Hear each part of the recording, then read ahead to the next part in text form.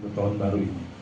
Pertama adalah niat yang ikhlas dan lurus. Niatkan. Jadi niat untuk melakukan hal-hal yang baik di tahun 2025 dan meninggalkan hal-hal yang buruk yang kita kerjakan pada tahun 2024. Apa itu? Hanya kita tahu. Hanya kita dan Allah yang tahu. Karena dalamnya laut masih bisa kita selami, dalamnya hati kita mana tahu, ya? Dalamnya pribadi mana yang tahu? Hanya kita dan Allah yang tahu. Setiap orang pasti punya rahasia, betul.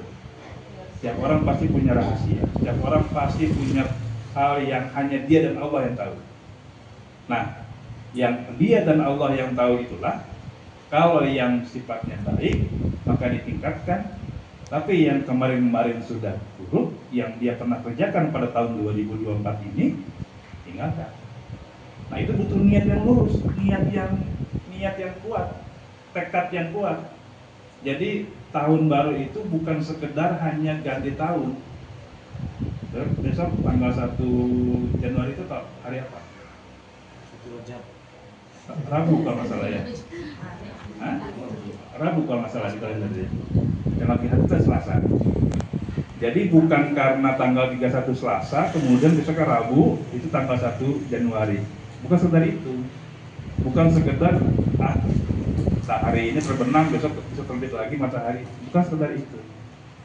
Yang kita niatkan adalah bagaimana nih kita sudah meninggalkan tahun 2024, tahun yang lama. Bagaimana kita tahun 2025 ini tersambut. Nah, niat yang lurus. Niat itu apa? Ada di mana? Dalam hati. Ya. Nah, kita kembali kepada hadis Rasulullah sallallahu alaihi wasallam, ala inna fil jasadi mudghatan. Idza salahat salahal jasadu kullu wa idza fasadat fasadal jasadu kullu. Ala wa hiya al-qalbu. Segumpal daging dalam diri kita. Jika dia baik maka baik seluruh badan. Jika dia buruk maka akan buruk seluruh badan. Yaitu kalau orang mengatakan ada yang mengatakan hati, tapi ada juga mengatakan jantung. Nah, yang makanya lah, yang penting dalam organ dalam tubuh kita ini yang bukan sekedar organ fisik, tapi organ yang mengendalikan seluruh bagaimana kita berpikir, bagaimana kita berbicara, bagaimana kita bertindak.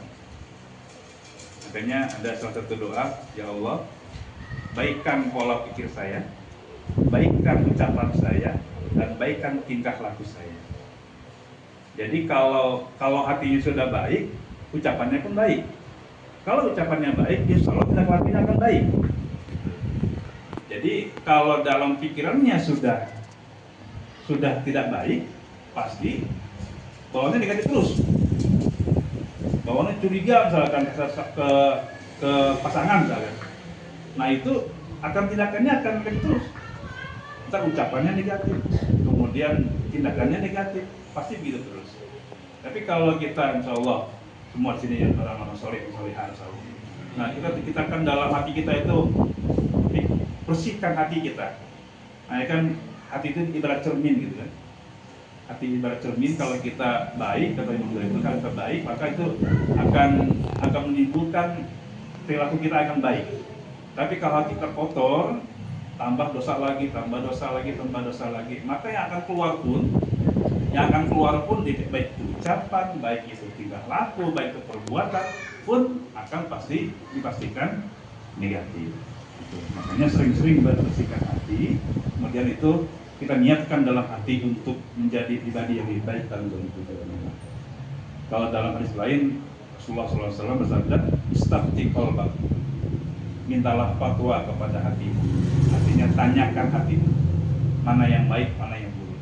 Karena dalam hati ini kan ada sebuah hati kecil, hati nurani. Hati kecil itu tak usah bohong. Pasti Bapak Ibu kalau sedang melakukan sesuatu yang kalau mereka ragu, pasti dalam hati kecilnya pasti nanya, ini benar nggak sih gitu yang saya lakukan? Pernah begitu? Pernah kan? Ini hati kecil pasti nanya, ini hati kecil. Tapi namanya hati kecil pasti nggak boleh bohong. Ini saya melakukan ini benar nggak ya? Gitu. Mungkin kita akan bilang terbenar, dalam hati omong kita harus benar, tapi hati kecil kita bilang enggak sebetulnya. Nah, hati kecil itu sebetulnya, makanya Rasulullah SAW kita bilang istafti qalbak, tanya hatimu.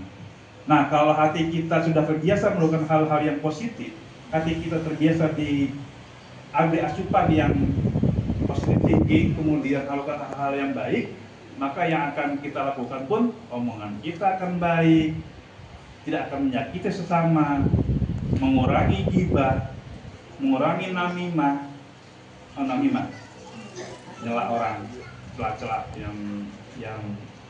yang bercanda, tapi atau mencela bahkan yang menyakiti orang lain. Bisa jadi kita menyatakan bercanda, tapi kalau itu orang itu menanggapi dengan beda, bisa jadi itu tidak menyakiti hatinya. Itu disebut namimah.